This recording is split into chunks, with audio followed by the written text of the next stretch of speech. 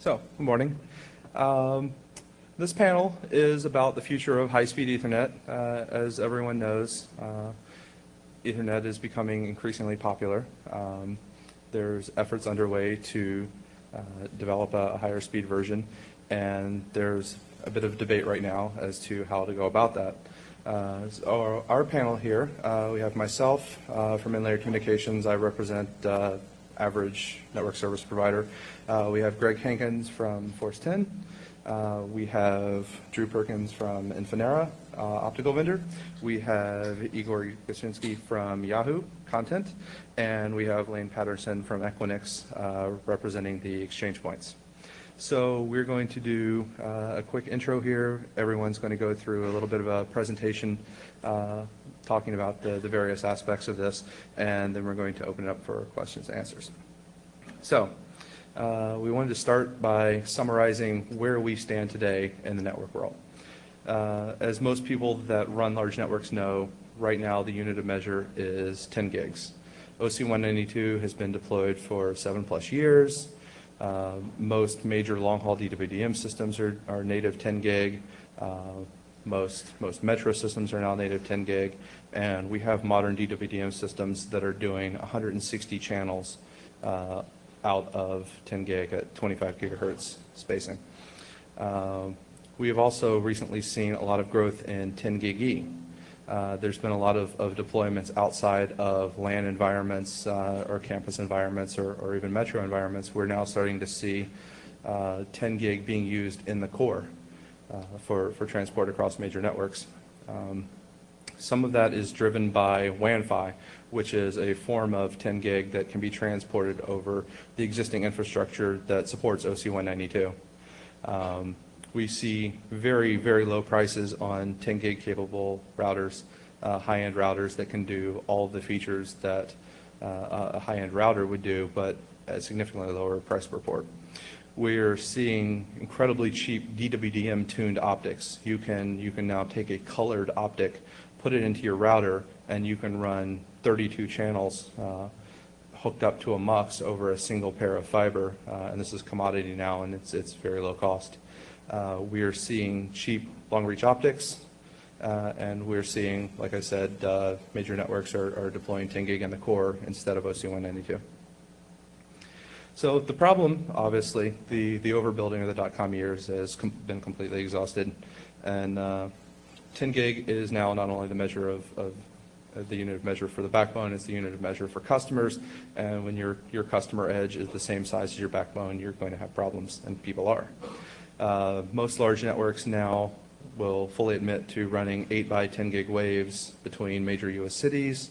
You have exchange points like Lynx and AM6 that are running 8 by 10 gig waves today. They're moving towards 16 by 10 gig in order to scale their architecture. Obviously, some people have layer 2 architectures that you can't build in parallel without creating loops. So the only way to scale that out is to increase the bandwidth. Obviously, adding parallel paths increases complexity, and traffic levels are continuing to rise at an alarming rate. As always, the death of the internet is pending. So, the evolution of optical technology. The last great migration was from 2.5 gig to 10 gig, just as far as the way the actual signals are used optically. There was a significant investment to develop 10 gig technology during the dot-com years, and that's helping us now because those parts have all been commoditized. The routing vendors that you buy from buy their parts wholesale very cheap, and that's how you're able to get the prices that everyone here enjoys. And the next leap forward optically is going to be 40 gig. That's what people have been working on and developing for quite some time. There are significant challenges to that. There's chromatic dispersion, polarization mode dispersion that it started to show itself for the first time in 10 gig, but now it's becoming increasingly difficult to manage as you start talking about higher bit rates. Currently, the spectrum on 40 gig is still break even. You're not getting any net benefit as far as spectral efficiency, but that's expected to improve soon. And 40 gig is actually existing and shipping today. People have been shipping OC768 router interfaces for years. and there's a standard for optics, and it can actually be deployed. It's a little more expensive than doing 4x2.92, but obviously that changes over time. So in the IEEE, there is, well, we'll get to that, but right now the debate is between 100 gig and 40 gig. The 100 gig camp obviously advocates skipping directly to higher speed interfaces, and they say that it will benefit everyone. Obviously, we can't do 100 gig, true 100 gig right now, but we can implement it in parallel with multiple lanes, and it will end up as a higher speed protocol. The 40 gig camp advocates for more obtainable goals that can be deployed faster and that align better with 40 gig optical technology. And there's camps that want both, and there's camps that are vehemently opposed to the other side existing because they think that it will slow down technology. So with that, we go to, who did I say I was going to next? Greg Hankins on. Okay, hello. We thought it'd be a good idea to kind of give everyone sort of a very fast update on where the IEEE is to get everyone on the same page. So I'll talk a little bit about the standardization process, what's going on in the IEEE, and some things that happened last week in Geneva at the last meeting. So this slide I have to show, it just says that I'm not from the IEEE and everything I'm saying is my own opinion. And this is kind of the roadmap that I've been showing at all the updates that I've been doing. The big thing that happened last year was the CFI. You have to have a CFI, which is the call for interest in the IEEE, to start a study group, which starts some sort of standardization process. So that went well. Now we've had several meetings in the study group, and the next step is getting into the task force. We think it'll probably take about 4 years to do a standard based on the 10 gig and 1 gig and other standards that have been done. It could be faster. It may be slower. That just kind of depends. So what exactly are we studying? And this is kind of important because as far as the IEEE is concerned, the MAC data rate is the speed that defines the Ethernet standard. So when we say 100 gig or 40 gig, that means that the MAC runs at 40 gig. Now there can be a lot of different types and reaches that have slower or faster technology, but the MAC rate is the key point here. And we're also looking at different objectives for types and reaches. So this is different types of cables, different types of media, and different distances. So the next step is to become a task force, and we need to do two things in order to do that in the study group. The first thing is to write a project authorization request. So this is called a PAR. We have a working draft ready for 100 gig, and then you have 5 criteria which are associated with each PAR. And these have to be answered as well. So broad market potential, that means that the IEEE believes that there is a market that will buy this. Now the definition of broad market is kind of interesting because so for 1 gig, it's obviously going to be a different market than 10 gig and 40 or 100 gig. But the key point is that there is a market that will buy this technology. Compatibility means that it has to work with existing Ethernet technology, which is pretty easy. Distinct identity, that just means that there's no other project in the IEEE that's doing the same thing. So a higher speed Ethernet is obviously different than 10 gig Ethernet or any other Ethernet standard. Technical feasibility means that we think that we can build it either now or with technology that's on the roadmap, so we don't have to be able to build it today, but we just have to demonstrate that we can build it in the near future. And then economic feasibility means that if we build it, someone will be able to afford to buy it. These are the objectives that we've included so far in the PAR. I'll run through them real quick. The first 3 were kind of obvious: full duplex and preserve the existing frame formats and minimum and maximum frame size. And then we come to some more controversial votes or objectives where there was less consensus in the IEEE, and that's why you see an all column, which means that all the people in the room voted for this, and then you see an 802.3 column, which is registered 802.3 voters. And the reason that people call for an 802.3 vote for registered voters is because in the task force, you only have IEEE voters that are allowed to vote. So it kind of gives you an idea of what's going on in the study group, which is where anyone can show up, and what will happen in the task force where only registered members can can show up and vote. So it prevents people from say, stacking the room with a bunch of people that show up to vote in one particular direction. And then we have some reach objectives. So 10 kilometers on single mode, 100 meters on multi-mode, 40 kilometers on single mode, and then also a 10-meter copper cable assembly. Now, this could be category, some sort of category cable. It could be a twin axe or some sort of copper cable like CX4. Okay. Now, 40 gig has sort of resurfaced starting in January. In November, everyone seemed to have consensus that 100 gig was the next speed that we should do. And then we started to have presentations for a 40 gig objective. And you can just see kind of by the votes from March and then May that there's just growing consensus that there is broad market potential for 40 gig. Now, the interesting thing is that it's positioned as a server interconnect technology. So far in the IEEE, the only distances or reaches that have been defined or talked about is a backplane, a copper, and a 100-meter multi-mode distance. So it's not been positioned as a WAN or long-haul technology. It's being presented by server companies and Broadcom, and then Broadcade also showed up last week at the IEEE meeting, but so far there's been very little end-user support. Okay, so this is what happened last week. The picture kind of got screwed up, but so we were in the ITU building where the ITU meets, so everyone had these headsets and the little cards for the country and things like that, so that was a lot of fun.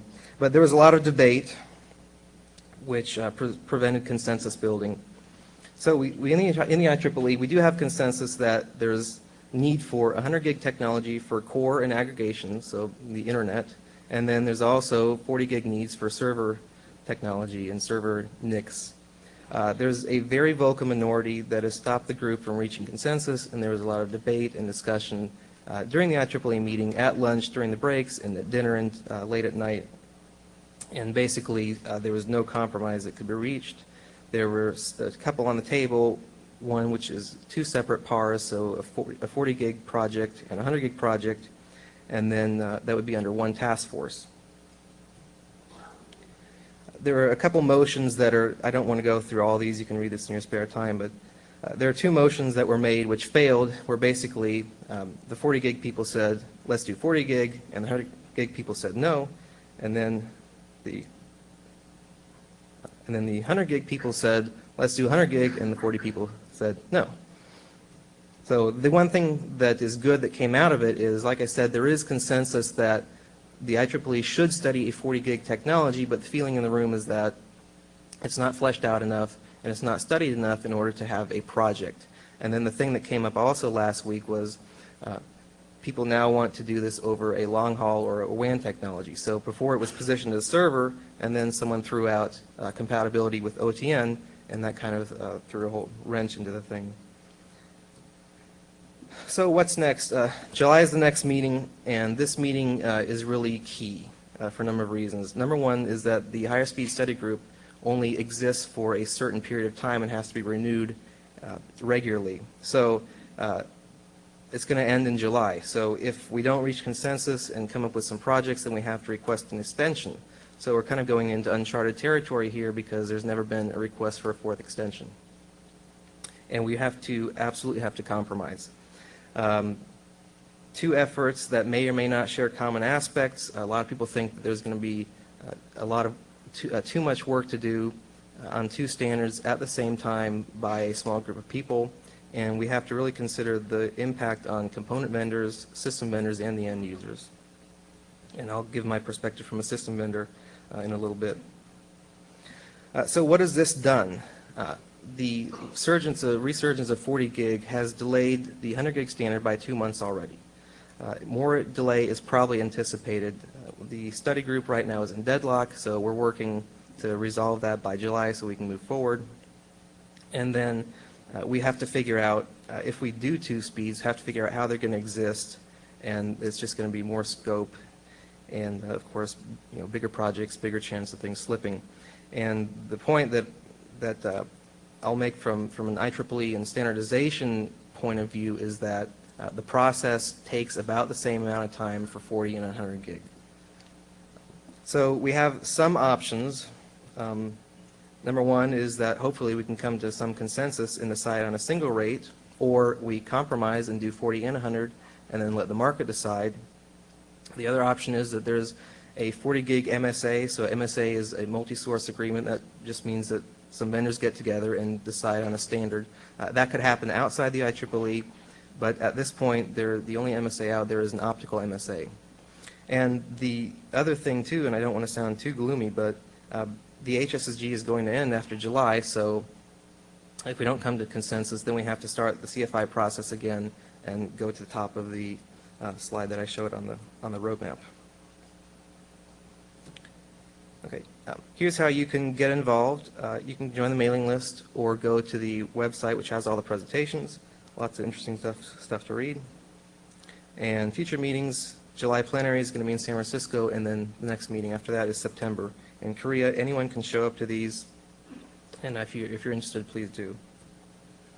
And then one kind of last comment, and this is an important slide, is that the end user community has really participated, and the people that have been in the IEEE for a long time don't really know what to think, because so for 10 gig there were two end users that actually participated in the IEEE. We've had over 30 people come and present or add their name as supporting presentations, so we really appreciate end users showing up to these meetings. And the other thing that I just want to say is that now is really a key turning point in the 40 or 100 discussion. So you need to talk to your vendors like this month or in the next couple of weeks before July and tell them your needs. Tell them if you want 40 or 100 or both. You know, if there's market potential and applications for 40 gig, then we'll do it. If there's a market for 100 gig, then we'll do that. We could do both. Okay. And then, okay, so that's my next section. Now, just one last comment here. The IEEE process is significantly longer than I've shown it in this slide, and at the end of the presentation, there's 5 slides that actually show the whole standardization process. So you could read that in your spare time as well.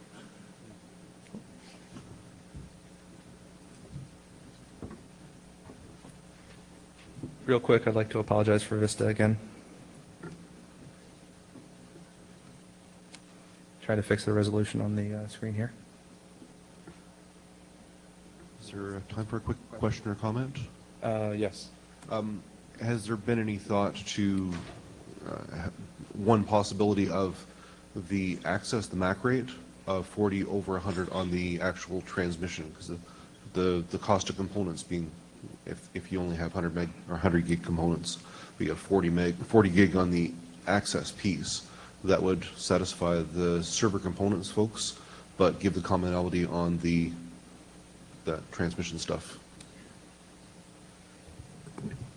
So there have been proposals to do, in the IEEE that would be called a scalable solution where it could go at a couple different speeds.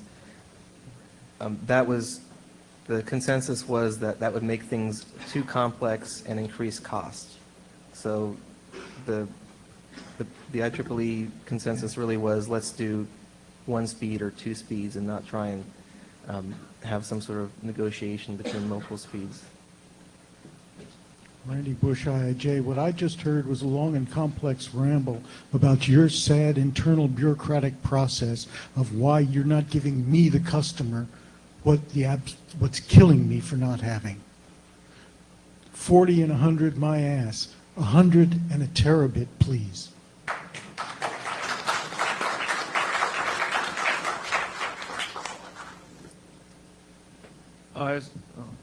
I was going to comment on the 40 gig. One of the things that for the server people that they want is that it pairs up well with the PCI Express version 2 or something like that, where that's going to be 40 gig. So that's one of the reasons why they want the MAC rate. One of the arguments for making the MAC rate 40 gig is because it has a fairly good match to the bus speed too. No, I'm just citing the argument for why one of the reasons why the server people don't want to put 100 gig on the servers is that their argument is that the 40 gig matches with PCI Express 2 or something that's coming out soon. I'm just saying the arguments for why they want 40 gig and 100 gig, and then Greg is also right. The simplicity of having a single speed for manufacturing hopefully keeps costs down and works better. So. Can I just make a quick technical comment there? PCI Express is 2.5 gigabits per second per channel, and you can do up to 32 channels using the existing spec. So that's, quite a lot. I'm not a Over PCI Express 100 gig. expert, so. The screen resolution is just they're not matching. Jay Moran, AOL. To address Randy's comment, just to be specific, it's 3 companies that are making the bureaucratic process crazy. So it's Intel, Broadcom, and Sun.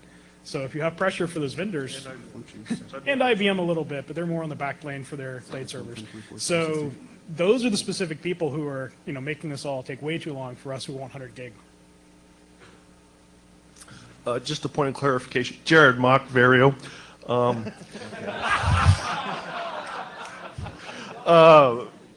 Richard, you said the debate is 40 gig versus 100 gig, and that's actually not true. 100 gig is already decided and agreed upon that it is the par.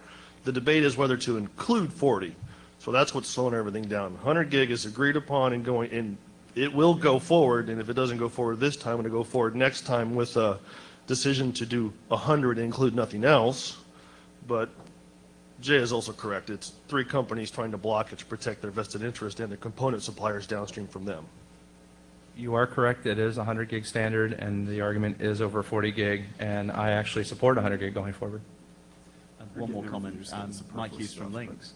The other comment is for the 40 gig stuff. They say, well, that lag isn't acceptable for the server guys, and I think, well, okay, why isn't lag acceptable for them? Why are they here trying to sort of limp it onto the 100 gig stuff rather than going out and doing a study group in how to fix the problems with lag?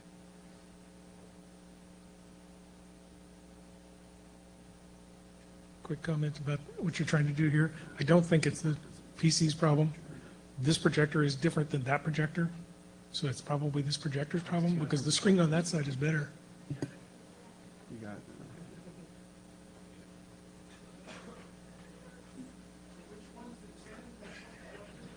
Hallelujah. Close enough. Is that close enough on both sides? Okay. Hi, I'm Drew Perkins with Infinera. So the question is 100 or 40. It's been waged in the IEEE, and personally, I've been saying for a long time it's 100. In fact, myself and Joel Gorgon from Force 10 made the first presentations 2 years ago now in July to try to avoid the impending death of the internet and get 100 gig going. And personally, I'm frustrated as hell that the question of 40 was even raised, and that we're 2 years later still just asking the question, should we start beginning working on a project? But that is, in fact, where we are. But let me try to tell you a little bit more about why. So first, I have a standard legal disclaimer here. But the key thing here is that although I'm talking about forward-looking statements, these are all musings of a madman. So service providers, as you know, since you're a group of them, well, we first, in the IEEE, had a bunch of presentations from a lot of key service providers around the world. Amzix, Comcast, Cox, all the MSOs, Equinix, Google, Yahoo, Sprint, Time Warner Cable, et cetera. Universally, people are coming in and saying, hey, we're experiencing 2x growth per year, 75%, 125%, something in that kind of range. Our internet links, our core router-to-router links are already running N by 10 gig, where N is 8 now, and people are trying to get 16 out. So 100 gig is imperative now. The hell with 2010 when the standard is going to be done. We need it now. I've tried taking that message, and in fact, per Randy, if you look on the IEEE website, you'll see my presentation said, to heck with 100 gig, let's get a terabit, let's figure out how to do that. But unfortunately, IEEE doesn't quite work that way. Other questions service providers have asked is how we map this thing to transport networks, since we've got to get it across the country and around the world. People want things like carrier class OAM capabilities, management capabilities, so we know when a link in the middle fails down, be able to fault isolate that. A lot of features like that we need. People would like hitless incremental growth, so they can add one link at a time, and if one link fails, gracefully degrade. But along come the 40 gig guys, and they have some interesting perspective as well. In the host world, bandwidths aren't growing 2x per year like they are in the internet, where we've got not just Moore's law going on, but just more and more people getting on the internet and new applications coming along like video that are pushing things up faster than Moore's law would, which is the only thing that really pushes it up in the host world is Moore's law, which is growing 2x every 18 to 24 months, so as much as half the rate. So as was just pointed out here, the next big thing in the host bus world is PCI Express Generation 2, which is doubling the lane speed from 2.5 gig to 5 gig. Those are the encoded rates. It's really 2 and 4 gig, how much data you can really get over. But those guys have multiple lanes in parallel. 8x lanes are common. But 8x lanes, even when you get to the Gen 2 at 4 gig, you're only talking 32 gig. So if we're out talking about 40 gig E, that's already too fast for my bus. And this is a spec that's going to be living for many, many years now. It's just starting to emerge. So 100 gig E for those guys is just way too fast. And given that you're going to be paying a lot more for 100 gig than 40 gig, their perspective is, look, this just isn't going to work for us. And they're right. So it makes sense. Although in the service provider world, we don't want to hear this. For those guys' perspective, they're probably right, and we're all going to benefit in the future if we in fact do 40 gig. And they've got perspectives on blade servers. The blade server industry obviously is very important to a lot of people here as well. And it's going to be nice, quick slide-in replacements of 10 gig E blade servers to 40 gig because it's the same number of lanes over the back plane and just run them 4 times as fast. So that could work out pretty well. So the HSSG has had this dilemma basically, where the bandwidth, the network growth is up and to the right, but the host demand is also up to the right, but just a lot slower. So there's a gap in the middle here, and that gap is multiple years. And while 100 gig E is imperative for the network now, and terabit Ethernet, frankly, by the time this thing actually emerges, 40 gig E is going to be a pretty good rate for the next generation of hosts and servers and PCs eventually, which is probably a decade away. So after months of debate, and frankly, from my perspective, 2 years of it almost, I think the answer is probably going to be 100 gig E for the network, 40 gig E for hosts are the next higher speed of Ethernet. Okay. So as Greg just pointed out, there's a number of accepted, approved now objectives for 100 gig E PMDs, physical media dependent portions, what kind of media you're running over. People have agreed on 10 meters over copper cable assembly, InfiniBand cables, most likely. InfiniBand / CX4 type cables. 100 meters over standard multimode fiber, probably fiber ribbons. 10 kilometers over single mode fiber. We're arguing still whether it's really 2, whether it's 5, 10, 15, something like that. And there's a bunch of economic arguments that are yet to be even had because we haven't even agreed to start arguing about those things in earnest. But anyway, we are proceeding. And then 40 kilometers over SMF. So how do you get to 100 gig E over those different types of PMDs? Frankly, there's a lot of different ways you can get here. Historically, people have gone up the vertical axis time division multiplexing. That's what most people are familiar with, just straight NRZ clocking, just clock the signal faster at a higher clock rate or baud rate. WDM, or actually go down the bottom one, space division multiplexing, i.e. just parallel lanes. Pretty well accepted thing we've been doing since the beginning of electronics, or telegraph probably. And then CWDM or DWDM, any kind of WDM technology is now a pretty well proven technology, proven in the carrier service provider environment since 1995, I think, maybe even a little bit before that. And then something that's a little bit less familiar is improved modulation. From NRZ, go to PAM4 or QPSK or QAM signals, things like that. Digital communication theory. DSL type technology or cable modem technology increases the bit rate this way. It doesn't just keep increasing the bit rate by using a higher frequency because the channels don't allow that, but it gets more bits per hertz. Encodes a number of bits into a single symbol. So those are different ways. Of course, WDM, as I said, has been proven for 100 gig for quite some time. WDM also has a history in the 10 gig realm, the 10G base LX4 spec, one of the first things to be deployed, used WDM. So even in the IEEE Ethernet world, it's a known thing. And of course, in the service provider over long haul, it's been proven to go into many terabits, and 10 terabits is 10 years from now, 10 terabits will be a small number. There's probably hundreds of terabits that can be gotten out of a single fiber, or maybe even more. We've proven, in the IEEE context, proven technical feasibility, or so we think, by the approval of those objectives. Like I said, these different PMDs, the copper is likely to be run as 10 by 10 gigabits. There's still argument to be had over whether it's 4 by 25 gigabits, but it's going to go over probably some twin-ax or coax type cable. The multi-mode fiber is probably going to be 10 by 10 gig over 850 nanometer VCSELs, VCSEL arrays. This is similar to the 10G base SR type technology people are familiar with. Over 10 kilometers of single mode fiber. It's likely, at least the sort of conventional wisdom right now, is it's going to end up being 4 by 25 gig. That's the leading contender anyway.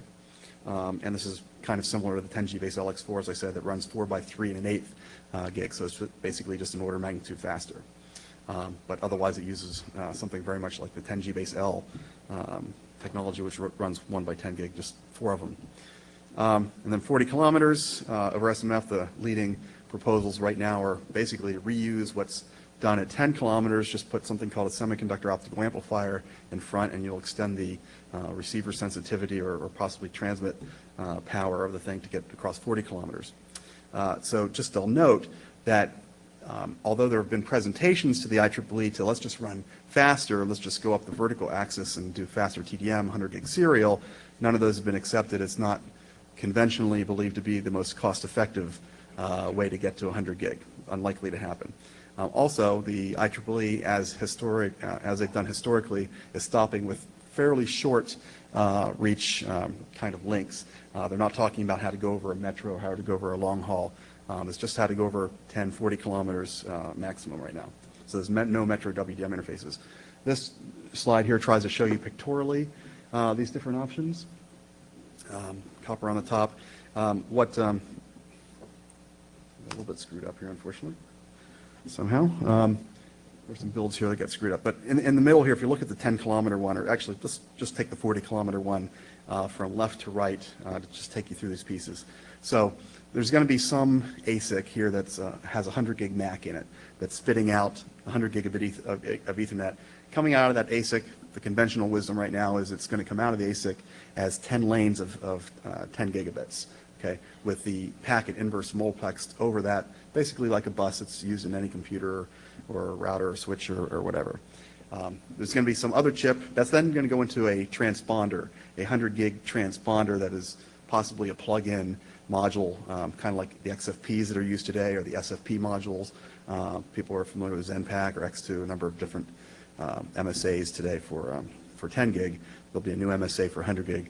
That MSA hasn't yet started development yet, but will be as soon as the IEEE figures out what the heck they're doing as far as how to get there. But inside that transponder, the first thing you'll probably hit when you're going 10 or 40 kilometers over fiber is you're going to hit some sort of gearbox chip that's going to adapt it from 10 by 10 gigs to 4 by 25 gigs electrically. Okay, and there's proposals for how to take the bits and re-inverse mux them and still maintain a mechanism to deskew the channels and figure out how to get coherent packet out the other side of it. That'll then go into four lasers and laser modulators in some sort of array, either monolithically grown and manufactured, or possibly just 4 individual ones that are just stuck inside the module. But each of those guys will have their own color, own wavelength that they're spit out, which will then go into a WDM mux. This is another debate, is whether this is CWDM, meaning there's 800 gigahertz or so of separation between the wavelengths, or if it goes into more of a DWDM or YWDM, maybe 200 gigahertz or 100 gigahertz. There's lots of arguments yet to be had that if we could only agree on starting the dang project, we'd agree on what the separation was.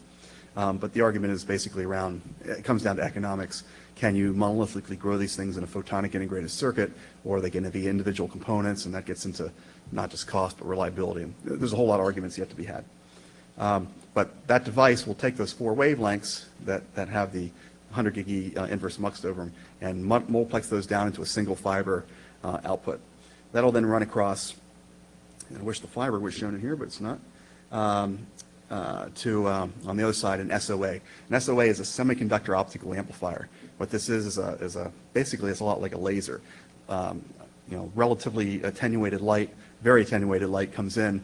It optically amplifies that and spits out a much amplified light signal out the other side. And it does it completely optically using band gap changes in the semiconductor to basically amplify light. Pretty interesting device.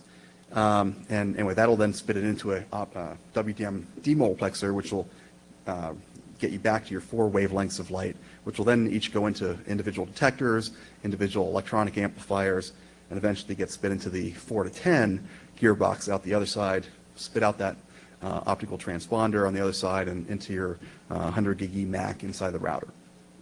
Okay? Hopefully that's clear as mud.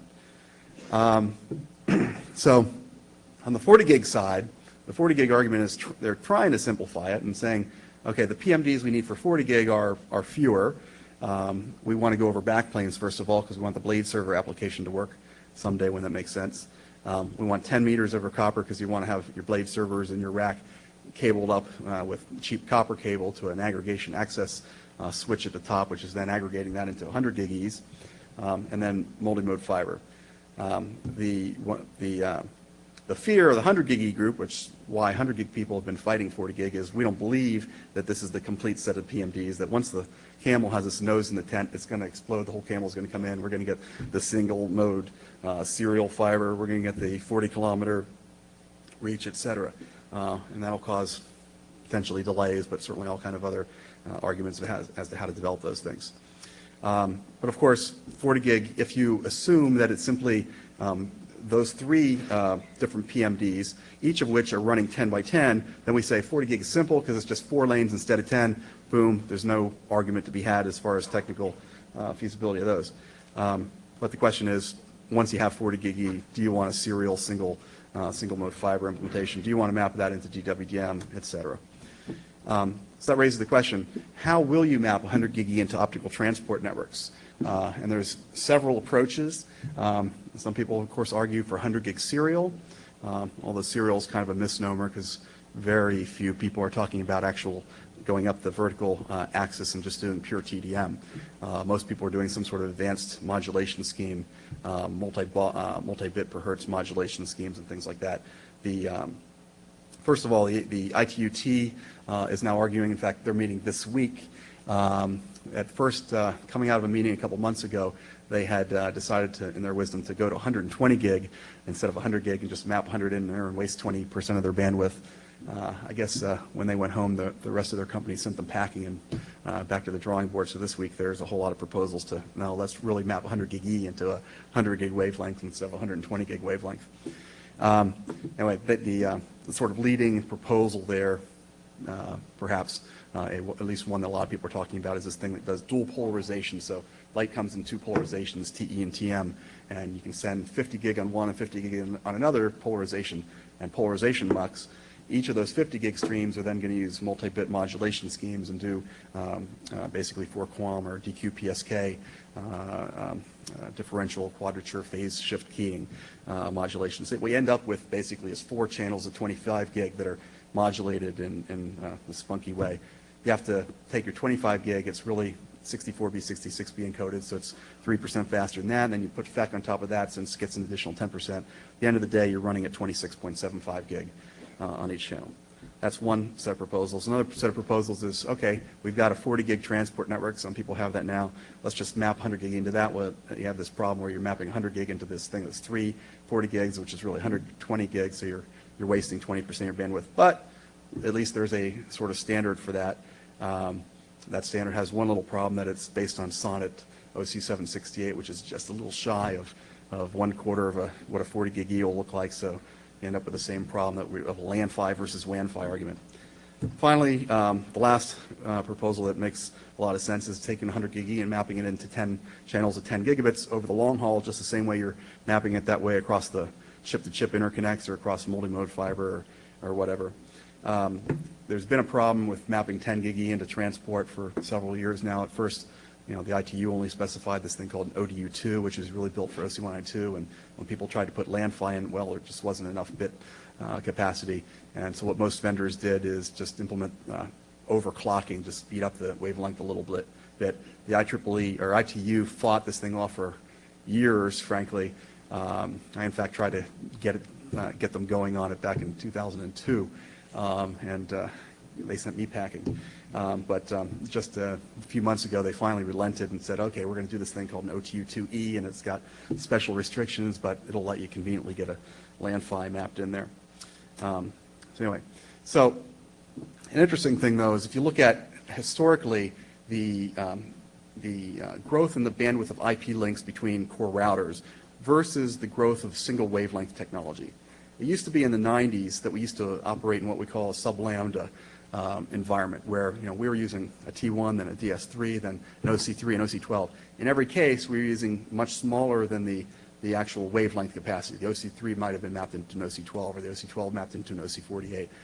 In the late 90s, early 2000, we got to what we call a lambda links, where the routers were each being interconnected with individual lambdas at OC48 level, then the OC192 level. A couple of years later, we were operating in what we call super lambda links, where we were running n by 10 gig, either ECMP or lag or whatever. And as I said before, and what Greg said, people running 8 or 16 by today. So the interesting thing here is, given that this dichotomy of this divergence of the growth of the IP capacity versus the actual technology, it's pretty clear that we're going to remain for a long time in this multi-lambda, super lambda environment, where you really need to spray your packets somehow across multiple lambdas, even whether it's 40 gig or 100 gig. When we got 100 gig E, but we need really terabit links, we're still going to be operating 10 by 100 at that point. So that's the important thing. So the question then is how do you do that? What is the most optimal way to do that? It's really a question of economics. The way we look at it is you want to buy a certain amount of capacity, and that capacity is growing fast, and you want to buy it as cheap as you can. Now, what is the cheapest way to get there? At OC768, service providers have the experience that they've gotten a 4 times bandwidth increase, but they've gotten a lot more than 4 times cost increase. So how much sense does that make? People want a 2.5x increase in cost for the 4 times bandwidth, as they've historically seen at OC3, 12, 48, et cetera. It just hasn't happened. In fact, 1 by 40 gig has been a lot more than 4 by 10, which means if you look back at the middle thing of running 3 by 40 gig, that if you run 3 by 40 gig, and that's going to be a lot more than 12 by 10 gig, which obviously is more than 10 by 10, will that make any sense? Now, the next question is 100 gig E, because Ethernet, going to be less than 10 by 10 gig E? Not so clear. I've heard predictions that people will want to get 2 times their cost of their OC768 PAWS interface for their 100 gig E interface. It remains to be seen, because we haven't even finished the argument of can we do this project. We haven't even gotten to the discussion of, well, gee, what's it really going to cost? My prediction is 10 by 10 gig is going to remain a lot less expensive than 1 by 100 gig on a single wavelength for quite some time. As I said, there's lots of ways of then, since we are taking our packets and spraying across multiple wavelengths, there's a lot of different ways of doing that. You can do a flow distribution, ECMP and lag, how people have done it historically. It's got lots of problems. You can do a bit or word or byte, distribution like 10G base LX4 does. You can do packet level distribution like multi-link PPP, where you put sequence numbers in the packet so that the receiver, you can deskew them. These are all just, somewhat equivalent choices. You can do it one way or another. Basically, it takes agreement on how to do it. And the HSSG has heard presentations on all the above, but until we form a task force, we're not even going to really, start the debate of what the best way is. This slide here shows how, when you have 100 gig E, how it might be mapped over WDM transport. And as I said, the top left here, you have a router. It's got a blade in it doing 100 gig E coming out of that ASIC, going into that transponder that I showed before. It's probably going to go over to a WDM transport system, which will basically unwrap it down to the gearbox that's spitting out 10 by 10, then spitting out 10 wavelengths across the WDM transport and back out the other side, and then you inverse that process. This is one of several possibilities. Perhaps some people will have the 100 gig serial in the middle. Some people will have the 40 gig, 3 by 40 gig in the middle. This is showing how 10 by 10 gig would work. any of these things can work. There have been demonstrations of basically all those different ways. At Supercomputing 2006, we showed an FPGA that spits out 100 gig E using 10 by 10 gig, doing a packet distribution. Spit those into XFPs, 10 of them that got spit into a WDM transport system, into a production transport network that ran from Tampa, where the show was, over to Houston and back again. And then when it got back, it de-skewed this thing and spit the 100 gig E stream back out. Other demonstrations have happened at OFC 2007 a few months back, and an ECOC 2006 back in September, of 100 gig serial, of the DQPSK mechanisms, the dual polarization mechanisms. All these things have been demonstrated. They're technically feasible. We just need to get on to figuring out what the best ways to do it are. So I'd like to thank you very much.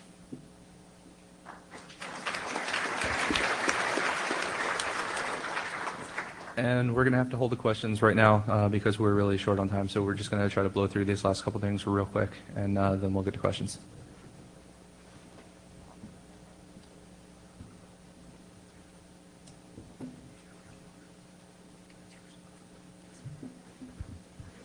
Hey guys, like Richard said, we have to blow through this pretty fast, so sorry. Trends from a web company is bandwidth doubles more often than every 12 months with like cheap servers versus few expensive servers, Ethernet over specialty fabric, NAS versus SAN. We encapsulate everything into Ethernet, metros, IXs, long haul. Why? Because it's, well, cheaper. As far as the Ethernet adoption goes, sorry, this is not following right.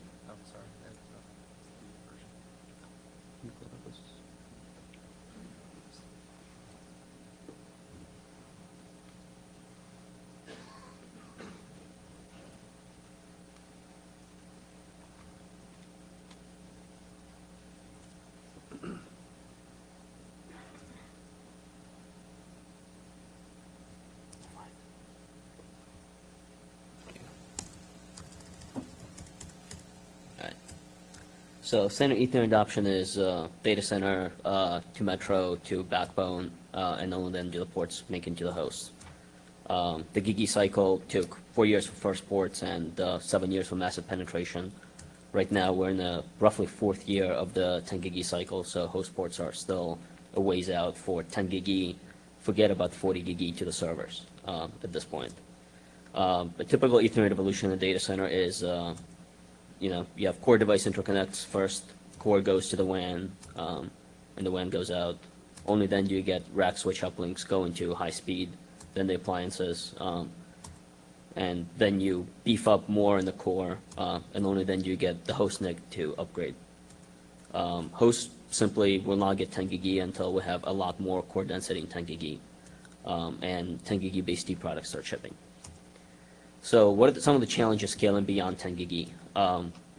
Everybody says, why not lag? Why not ECMP? Well, lag is good, but first you have the large flow problem. They simply don't hash well, and they're incredibly difficult to capacity plan when things just mishash. You have unpredictable link removal and insertion. Lags also fundamentally create a loop in layer 2 networks. And then you also have the power of 2 hash problem. So once you get to 4 links, we generally go to a higher speed link. Also, special quote-unquote traffic traverses single link, multicast, broadcast, control traffic, whatnot, which creates one overloaded link out of the bundle. So why not ECMP? ECMP is also good, but again, you have the same large flow problem. You also have fib depletion as number of paths increase. It's better than lag, but it only works in layer 3 environments. A lot of web companies are layer 2 and layer 3 environments.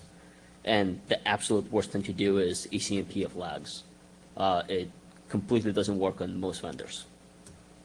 So we currently have clusters that look like this. This mesh in the middle has a fair amount of ECMP. There is no lag in it. This is kind of an old slide. About 6 months ago, we were running at about 100 gigs on the interconnect mesh. That's all good. Unfortunately now, we're being asked to build this. This is a nightmare. This is 8-way ECMP with two 10 gig lags. Why only 8-way? Because the vendors we're using there right now, the code only supports 8-way ECMP.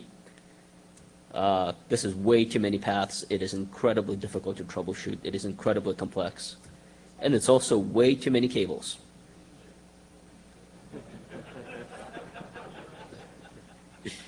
If you're wondering why we're asking for 100+ gig, this is why.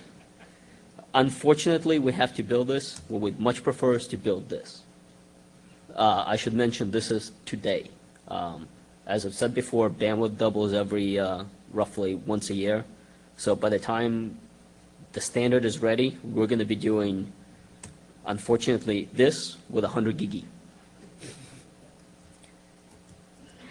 So question is, why skip 40 gig? Why go straight to 100 gig? Well, like Greg mentioned, the IEEE standards take about 45 years. We're in the second year of the process, so another 2 to 3 years to go.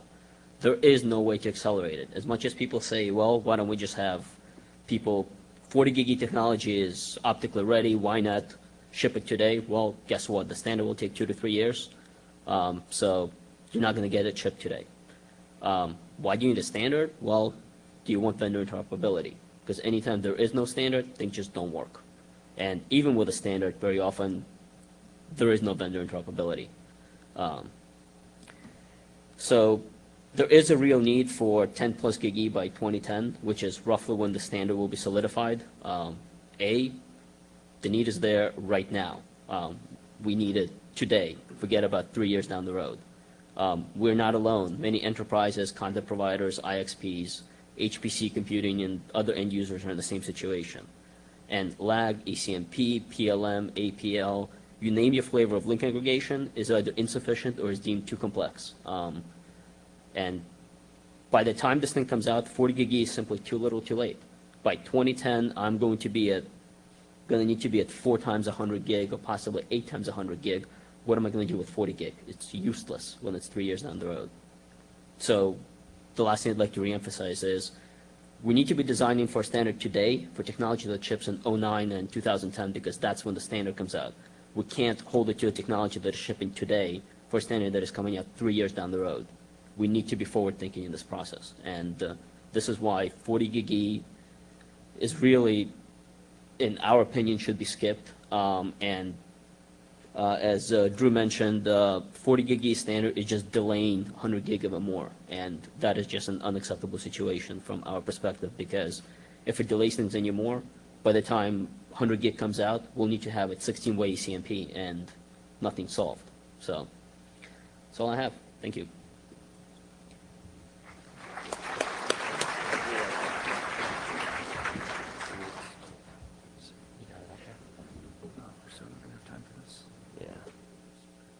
Could I ask a quick question?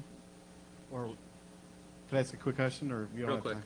Yeah, go. Okay, for Igor's comments about wanting standards and wanting the solution right away, those are mutually exclusive. If you had a proprietary solution that came sooner, would you consider it? No. Yeah, I think we, like many people, run networks that have much more than one device manufacturer in them, and we simply cannot have a single vendor solution. Lane Patterson, Equinix. I'm going to blow through this pretty quick. We've got basically 3 requirements for interconnections between our devices. We've got local cross connects within a data center. We've got campus connections, which are 2 to 10 kilometers. And we've got metro distances, which are either generally over passive optics or over some kind of DWDM layer, generally 40 kilometers or less. So this is basically our growth curve going from about 70 to 150 gig over the last 12 to 13 months. If you project that out within Ashburn, which is our busiest area of internet exchange, we're going to be about 200 gig by end of next year, 400 by the end of 2009, and around 800 by the time the standard comes out. So if you look at the size trunks we're going to need, we're going to from day one probably be at 4 by 100 gig for interconnecting, which seems to mesh well with what I'm hearing from chassis and system guys about having maybe 400 to 500 gig per slot boxes around that time frame. If we're stuck on 40 gig, it's just going to be way undersized. Similarly, on customer interconnections, this is really being driven by the fact that by that time, people are going to have in by 10 gig lag as kind of a very standard customer interconnection. So this is what we're asking for when we go in front of the IEEE. Louis Lee's been quite involved with this from Equinix as well, and we do believe that the server guys have a legitimate argument for their needs for 40 gig, but that needs to be a separate process. They have more time to figure that out. We don't. So we need to kind of isolate that from the 100 gig process.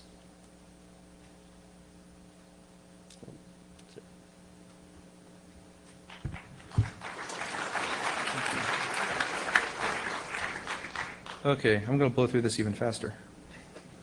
Let's set a speed record here. Okay, so the bottom line is I'm trying to pitch a case for why 40 gig Ethernet would be applicable to network service providers. I don't particularly care about server interconnects. This is network operators group, not server plugging in cable group. Things we can all agree on: Ethernet's good, traffic's growing, up and right, yada, yada, yada, et cetera. Why forcing 100 gig is not the right choice. Basically, you know that you reached a boom time when you get people that step up and say, we don't care how much it costs, everything is growing up and to the right, we need capacity, we need now, we'll find a way to make economic sense later. Basically, what the origins of 100 gig, you're taking a completely arbitrary number. It's always grown by 10, we have to grow by 10, we have to go to 100 gig. It doesn't necessarily make sense as far as the implementation, and the only logic that a lot of people are applying to this is 100 is bigger than 40, we need 100, yeah. So right now, the sweet spot for optics is 10 gigs. That's changing over time. Right now, we have optical moving into the 40 gig realm. That's going to become the native signal of choice over the next several years, the same way that 10 gig replaced 2.5 gig.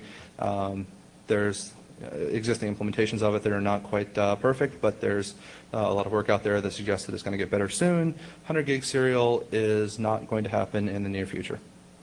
Parallel paths are great, except when you choose parallel path components that don't fit with the existing network. 25 gig, there's no existing deployed transport gear that's set up for this.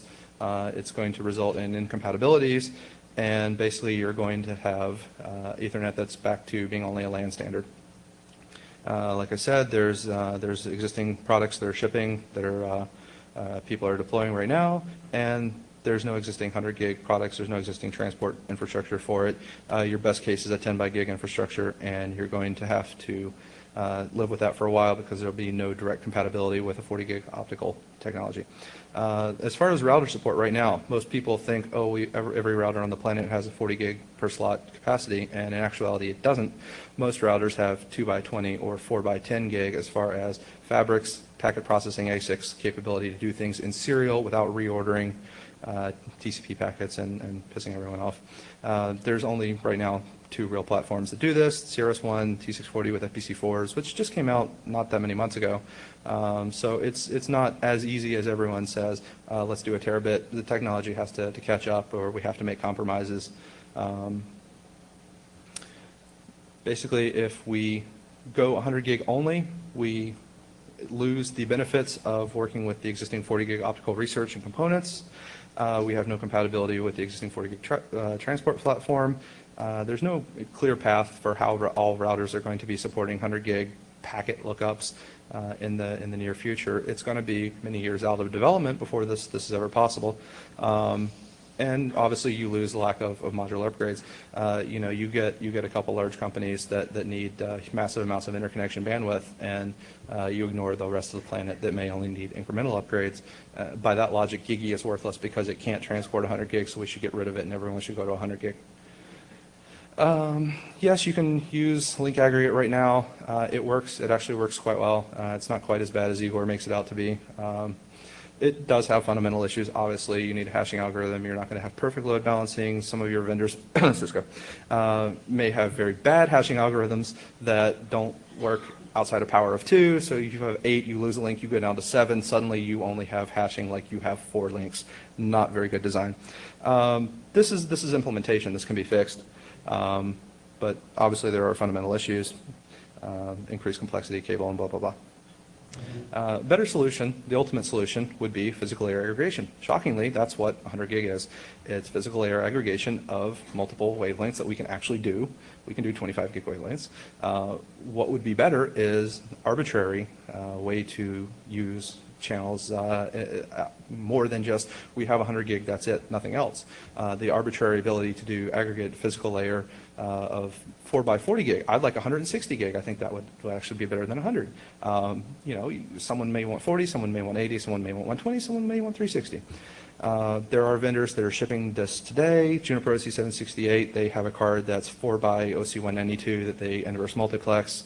That works reasonably well to give you, without hashing type problems, to give you distributed load balancing. Not standardized, it should be. There's been some attempts. There's some complexity, et cetera, et cetera.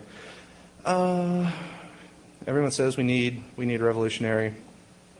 Like I just said, we already know that no single channel solution is perfect, so what we really need is better control of our link aggregation.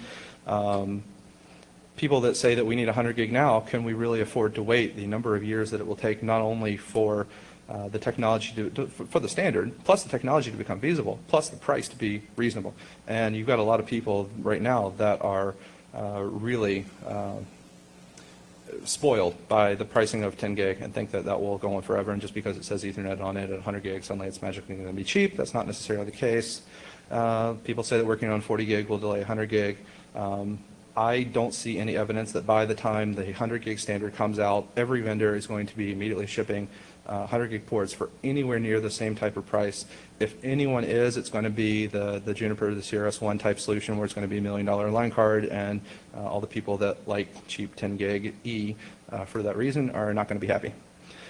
40 gig will take just as long as to develop as 100 gig, probably true. IEEE, lots of administrivia, but the 40 gig technology is a lot more fleshed out as far as packet processing, ASICs, fabric. It's a lot. It could happen a lot quicker. So the bottom line, the great value of Ethernet is versatility. So we don't want to design systems that only work within the LAN, like Igor and Lane's application. They don't care how it's implemented. They just want 100 gig from here to there. It could be multiple lanes. It could be whatever. It could be magic packet ferries for all they care.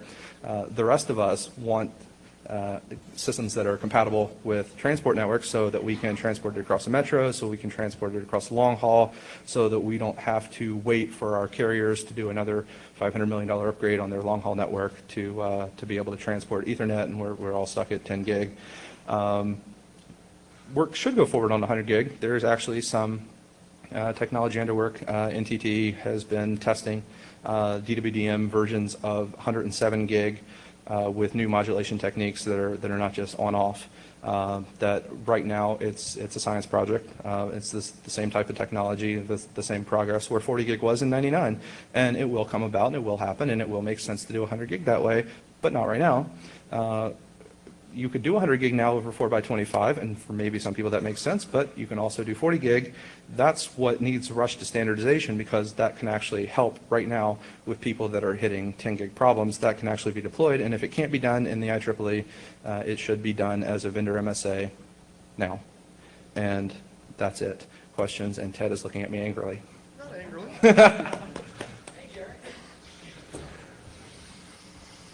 Just a couple clarifying points I want to make. So on your 40 gig argument that it's needed now, the problem with that is if they say, okay, we're going to do a 40 gig standard today, that means you get it in 2009 with luck. 2010 probably more realistically. What you just did was recreate the LAN-Fi, WAN-Fi problem all over again at 10 gig. And the IEEE took their time doing that, and the bandwidth requirements don't wait. And so everybody went out and put OC192 POS in the ground. Out comes 10 gig WAN-Fi, and there's no market. You have that problem all over again because everyone's putting 40 gig in the ground today. And if you come out with a 40 gig standard in 2010, or something you can actually buy off the shelf and a vendor puts in a box for you, a system vendor, there's no demand for it. Everyone's already done. But the opposite of that argument is that if you do 100 gig, you are going to have to come out with 100 gig WAN PHY that can be transported over existing transport networks. And 40 gig is the attempt to avoid that by picking a standard, a rate that is mutually compatible. Beautiful segue into my second point. You made the statement that you won't be able to do 100 gig serial over the existing WDM systems, and that's not true. Just like you do 40 gig over today's 10 gig systems with alien wavelength, you'll be able to do the same thing with 100 gig, and theoretically cheaper with the new modulation schema that should be available that time frame. And Drew was pointing out some of those, and there were some he left off that are even cooler, I think, that should get us there cheaper, longer at that time frame. So that's how you do that, and that's how we're doing 40 gig on a 10 gig network with alien wavelength and optical bypass. And that makes perfect sense for existing 10 gigs hardware, yes. So that's how you do it. I was going to point out that you can't do 40 gigabit Ethernet outside of the IEEE because of the patents that are involved with Ethernet. So basically, if you want higher speed Ethernet, it must be done in IEEE unless you're willing to pay the patent royalties for the patents required to do Ethernet. Okay, never mind, we're all screwed then. So I had a couple comments. One was to Drew. You made the comment that having 40 gig is a good viable option, but it sounds fine for the server interconnects, but the servers have to connect to something. So our big fear, at least, is that once the servers have to interconnect to something, that means the network vendors have to get involved. That means their research and development has to be split. And that's where their time is going to be wasted, and it's going to make both standards go longer. So I would argue that's kind of the cusp of not doing 40 gig just for the servers, though I definitely see why they want to with the PCI stuff. But they could always oversubscribe the PCI, or undersubscribe in this case, and only pump out 40 gigs even across a 100 gig link. So not sure why those three are still trying to push that agenda. Or it could be a separate standard. Or a separate standard. A separate PAR would be fine. Go off and do that. But again, they're still going to plug in, so that gets back to now it's time for the network vendor to develop a switch that's got 40 gig on the front and 100 gig uplinks, and the network vendor, again, is splitting their efforts. So that's where the scary part is on that one. Though fine for backplanes and stuff like that, if it's just traces and it's never going to touch a piece of network gear and it's 100 gig out of the box, sounds great. Richard, just to reiterate what Ted was saying, no one's there representing the 100 or 40 gig Ethernet over WAN. So the argument is strictly server stuff. So I'm not sure why the DWDM comes up into a question. It was definitely how 40 gig got into the HSSG. And hey, look, we have 40 gig POS and everything else. Let's go ahead and use that for Ethernet as well, and then we can take advantage of it. But that argument kind of dropped off. And so IBM kind of brought it up for server interconnect, and now Intel and Broadcom have jumped onto it. And that's the only view that's being represented still. So if someone has an opposing view, they should probably add it.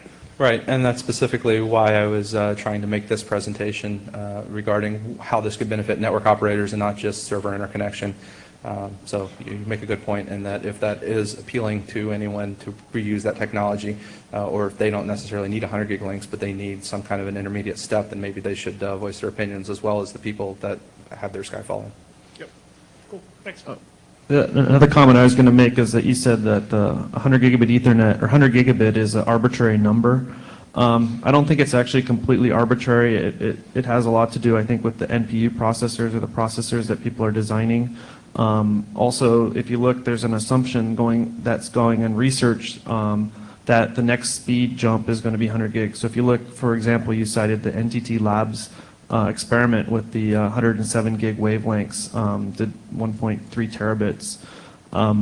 Their assumption in that test was that we will be going to 100 gigs, so that's what they're actually testing and researching is actually at that speed because of that assumption of the Ethernet does a 10x jump each time.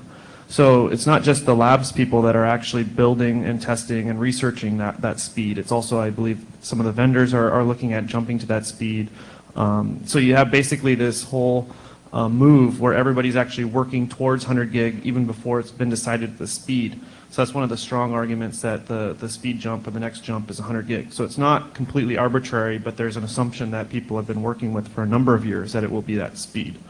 The other thing, NTT Labs actually isn't the only one that's done the 100 gig wavelengths. There's, I think, basically every large telecom research division has actually tested some sort of multi-wavelength 100 gig. So I think KDDI, DT, FT, maybe Bell Labs have all tested something similar to the 1.3 terabit. Right. And I don't think anyone has ever said that we should not work towards 100 gig, and that's obviously where the future is going to go, and 100 gig is going to be very popular when that kind of technology happens. But I think people are saying that maybe there's an intermediate step where we can use the new modulation technology to improve the reach of 40 gig, to improve the cost and deliverability, and make that happen. The problem with that is that if the intermediate step slows down the end result, what do you do? And that's the reality is, nobody kid yourselves, introduction of 40 gig into the standard has already slowed it down by 2 months. How much more are we going to slow it down? What's more is if it's decided to do 40 and 100, you're going to split the research staff, the technology staff, the ASIC development, everybody's going to be split into 40 and 100. People have to do twice as much work, and it's going to slow down the final product. It is not that easy. Put crank in the IEEE's water. Randy. Even with crank and IEEE's water, because of the patent issues and because of simply the way the process works, you cannot speed it up. It's not the IEEE that you have to worry about. IEEE will probably, I mean, most people have said adding 40 gig to the spec is probably just some work, right? You can do it in parallel. It's not a big deal. What the concern is actually shipping product, right? It's the R&D time that the vendors have to do. It's the fact that Cisco's going to ship a 6509 with a 40 gig, and my T640 is going to have 100 gig, and I can't connect the two boxes together because the one business division decided to ship one interface first, and another business unit decided to ship another speed interface first because they're going after different target markets. That's really the concern of the slowdown, not so much the standards, because the standards, people have said that it probably won't actually slow down, but in truth, and I would actually believe that, I think it's on the back end once people start developing, and then the cost that they actually incur for doing two simultaneous developments, that's going to be where it really slows down. I think the slowdown is going to be actually both of them. It's going to be both the standards, because we've already seen a 2-month slowdown, and there's many more ahead of us. And then it's going to be the split development and R&D work.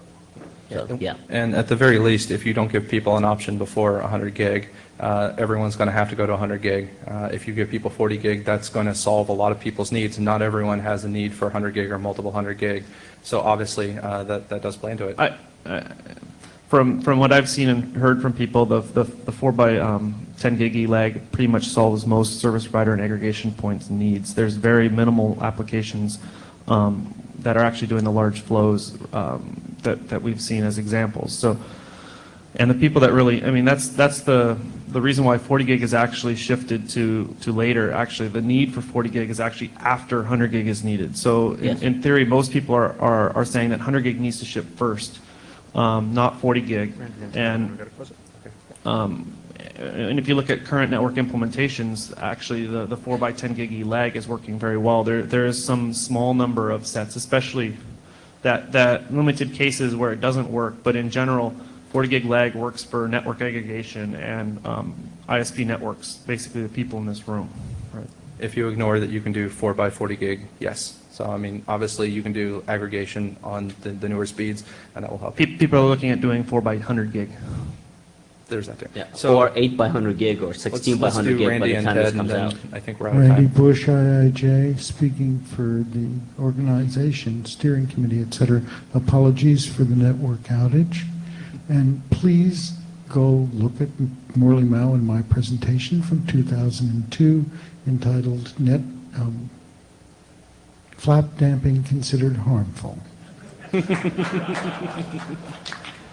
just want to make a comment. Peter and Igor, I think you're both right about the standards delay and the system vendor delay, and we have to skip the slides that I wrote on perspectives from a system vendor, but I make a number of arguments and just telling you what it's going to cost us to build it. So take a look at those offline. Just to add some points to what Peter was saying, the real problems and economics problems from your perspective, whether you're upstream or downstream, and the component suppliers, they have to pick. They don't do both. When it comes to R&D, they're going to look at what's my cost, what's my return on doing 100 gig, what's my cost, what's my return on a 40, where's the market? And you can't really have both and get the price point that people associate with Ethernet. And that's one of the things that IEEE struggles with is everyone wants Ethernet to be cheap. You can't have cheap Ethernet if your downstream component suppliers have to pick one or the other. You don't get the economies of scale to get to where you need to be. And that's really what the argument's about. You've got some who are already aligned with, let's do this, and you've got another bunch who are aligned with, no, let's do that. And it's creating a problem. No one denies you need both. The question is the timing. So the argument basically comes down to, do we try to lower the cost by forcing everyone to use 100 gig, even if it's not necessarily the speed that they need, just by volume, or do we try to lower the cost by using some of the existing 40 gig components and technology that we have already to ship something that's incremental for people? Actually, everyone in the IEEE and the component guys, when you talk to them, they say, if we do 100, right, and everyone believes that the 40 gig timing is right, then we'll get 40 gig really cheap. Because what you do, the development you do for 100, you can parlay that into a 40 gig story, much cheaper theoretically, being that the development's gotten better, your die technology, everything's gotten better at that time frame, it gets even cheaper. And if you're talking server interconnects, which is what Ethernet's really always all about, has been since the beginning of time, hooking up PCs and laptops, et cetera, there's some key things that have to happen in that technology chain. You know, they get this technology called LOM technology, which allows you to put the interface right on the motherboard, right? Well, that's not there for 10 gig. Once it gets there for 10 gig, then that technology should take off. Those interfaces get a lot cheaper, right? Well, you're not going to get that for 100 gig, right? But if you do 100 gig, and when 40 gig makes sense on a motherboard, PC, server, whatever, that technology should be really cheap and really easy to do in that time frame, 2010, 11, 12, right? And you get really, really low, cheap interface costs, which is what this is really all about. I need cheap 40 gig interfaces on system platforms to hook up to 40 gig servers. The 100 gig, yeah, it's going to be a little more expensive up front day one, but that's what it's all about. It's an ecosystem. And it has to work. It has to work for all the suppliers downstream. It has to work for all the suppliers upstream. And that's what the IEEE is struggling with. How do you do it? How do you make it cheap and do what they've always done? Yeah. And to reinforce what... and it takes too damn long, yes. And to reinforce what Ted is saying, in order to do 40 gig on servers, you need 100 gig in the core because of the large flow problems, because of no hashing, etc. So, which means we need 100 gig today, and 40 gig can go in a separate track and follow on 2 years down the road, and nobody's going to miss it. All right. Well, thank you, Richard. Thank you, everybody on the panel.